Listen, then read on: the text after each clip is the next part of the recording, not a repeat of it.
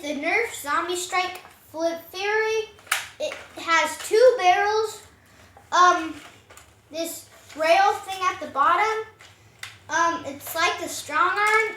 It shoots 1 dart at a time, and when you pull this lever back, it feeds the next barrel. And I think this has slam fire. Let me see. Oops. Okay. Yes. So this is pretty much a strong arm, but with 12 rounds, 2 barrels. The Zombie Strike logo there. So the way to hold this gun, you need to go like this when you want to rotate it, and then you could go like, and then keep on firing. And then when you're out of darts, switch it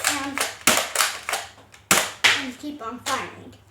So that is it for the Nerf Zombie Strike Flip Fury, and that's it. So